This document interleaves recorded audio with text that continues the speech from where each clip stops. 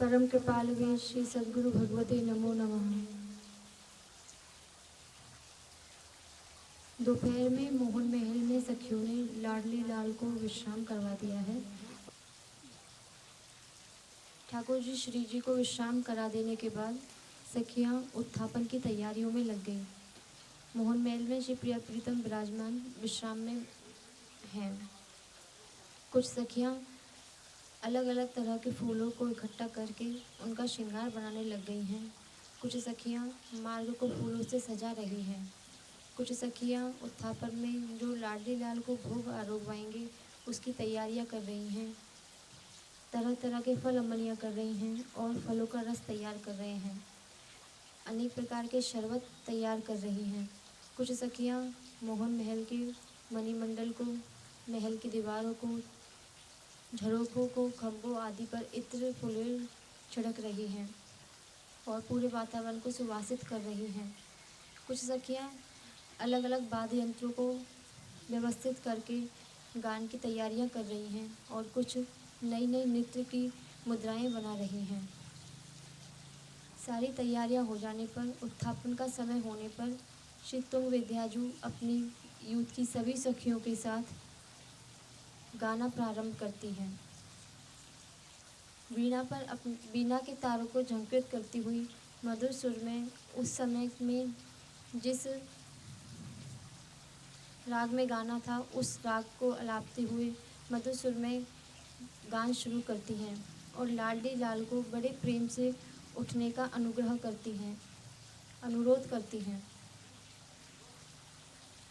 श्री तुंग विद्याजू कहती हैं, हे प्रिया प्रीतम, अब तक 4 पहर रह गए हैं।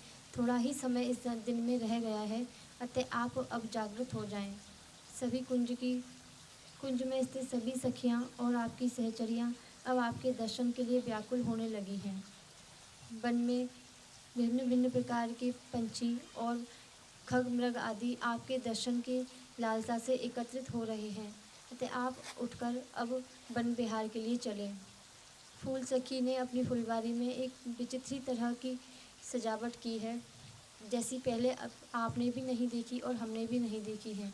उस सुंदर विचित्र झांकियों के दर्शन करने के लिए आप जागृत हो जाएं। ये सब बातें सुनकर प्रिया प्रीतम बड़े ही आश्चर्य से चकित होकर उठ जाते हैं और सैया पर बैठ जाते हैं। झरोकों से झांकती हुई सखियां उनके दर्शन कर लेती हैं और सबको मालूम हो जाता है कि प्रिया प्रीतम जाग चुके हैं। तब सभी एक ही सुर में मिलकर लाडली जी के नामों का जयकारा लगाते हैं। हे प्राण प्यारी जू आपकी जय हो, हे नित्य बिहारिणी जू आपकी जय हो, हे प्रीतम के चित्त का चोर करने वाली आपकी जय हो, हे रंग रंगीली सरकार आपकी जय हो, छेल छबीली सरकार आपकी जय हो, सुखों की सागर आपकी जय हो। अनेक प्रकार के लाडली जी के नाम लेकर सभी सखियां जयकारा लगाती हैं और स्वर्ण में चिक को, रेशम की डोरी को खींचकर उठा देती हैं और मोहन महल में प्रवेश कर जाती हैं। अंदर जाकर लाडली लाल को सैया पर बैठा हुआ देखकर सभी सखियां उनकी थोड़ी सेवा करती हैं। जो श्रृंगार अव्यवस्थित हो गया है उसको व्यवस्थित करती हैं, जो टूटकर अलग हो गया है उसको संभालती हैं और नया श्रृंगार धारण कराती हैं। स्वर्ण के कटोरे में उनके हाथ धुलवाती हैं, मुख धुलवाती हैं और चरण धोती हैं। सभी सखियां सुंदर झांकी का दर्शन करती हैं और एक पुष्पों से बने हुए सिंहासन पर श्री प्रिया प्रीतम को विराजमान करती हैं और उनके आगे भोजन के लिए जो व्यवस्था की थी, जो भी भोग सामग्री एकत्रित की थी, वह रखकर भोग आरोगने की प्रार्थना करती हैं। लाडली लाल दोनों भी भोग आरोगने लगते हैं और बाकी सभी सखियां सुंदर झांकी का दर्शन करती हैं और मधुर गान करने लगती हैं। भोजन हो जाने के बाद उनको आचमन करवाकर सुंदर बीड़ी पान करवाती हैं और ये याद दिलवाती हैं कि फूल सखी ने बहुत ही सुंदर झांकियों का आज निर्माण किया है, तो आप दर्शन के लिए पधारिए। उनकी ऐसी बात को सुनकर लाडली लाल दोनों ही अचानक से उठकर और कौतुकवश बोलते हैं, चलिए चलिए, और सभी सखियों के साथ फूल सखी की फुलवारी की ओर चलने लगते हैं। मोहन महल से निकलकर मुख्य मार्ग पर आते हैं और जो मार्ग संध्या कुंज की ओर जा रहा है उस ओर जाने लगते हैं।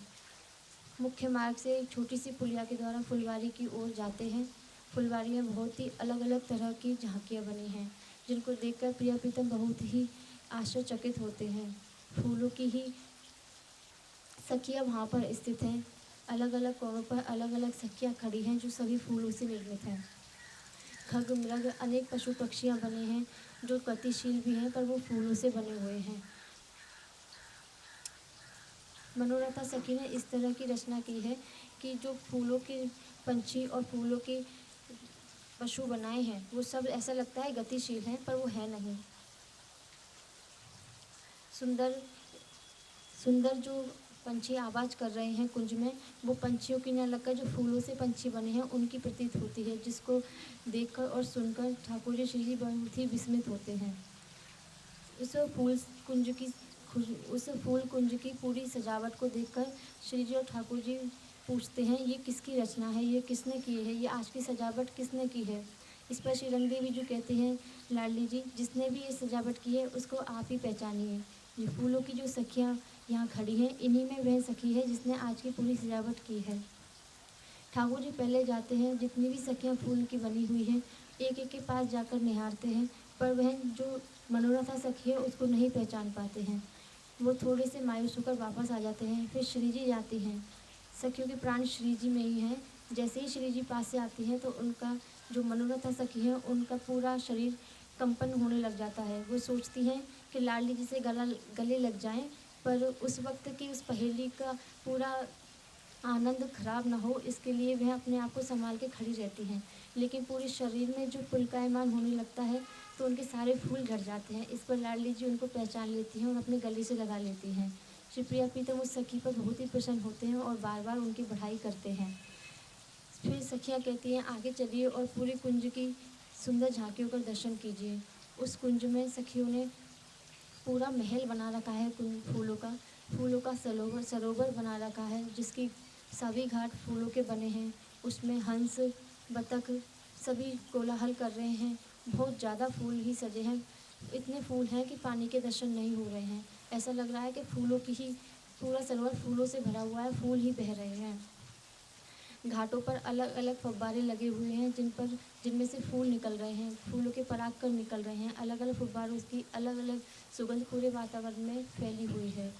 उसको भी देखकर ठाकुर जी श्री जी बहुत प्रसन्न होते हैं। आगे फूलों का महल आता है, जिसकी दीवारें फूलों की बनी हैं, खिड़कियाँ फूलों की बनी हैं और छत फूल की बनी हैं, छज्जे फूलों के बने हुए हैं। इसमें लगी हुई लटकन सभी फूलों की बनी हुई हैं। पूरे फूल कुंज में सखियाँ ठाकुर जी श्री जी को विहार करवाती हैं और अत्यधिक प्रसन्न करती हैं। उनको थोड़ा सा श्रमित जानकर फिर उन्हें उस फूलों के बने हुए महल में ले जाती हैं, जिसमें एक सुंदर शैया है। वो शैया फूलों की बनी है। उस पर झीनी फूलों के पराग कणों की झीनी चादर बिछी हुई है। उसके दोनों ओर चौकियाँ रखी हैं, वह भी फूलों की बनी हैं। उस कुंज में जो खिड़कियाँ हैं वो भी फूलों की बनी हुई हैं। उस खिड़कियों पर जो पर्दे हैं वो भी फूलों के बने हुए हैं। लाडली लालकर को श्रमित जानकर ठाकुर जी श्री जी को फिर एक सिंहासन पर वहीं विराजमान करती हैं और सभी सखियां मिलकर उनका फूलों का श्रृंगार करती हैं। लाडली लाल को फूलों की चंद्रिका और पगड़ी पहनाते हैं, चुनरी भी धारण करवाते हैं, पीताम्बर धारण करवाते हैं।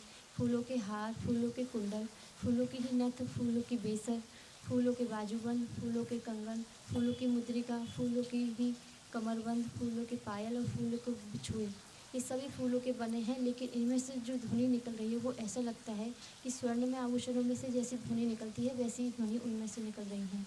इसको देखकर भी ठाकुर जी श्री जी बड़े विस्मित होते हैं। सुंदर श्रृंगार करवा के जैसे ही ऐसा लगता है कि अब इनकी थकावट थोड़ी कम हो गई है, तो श्री लाडली लाल को सखियाँ पुनः विहार के लिए ले जाती हैं।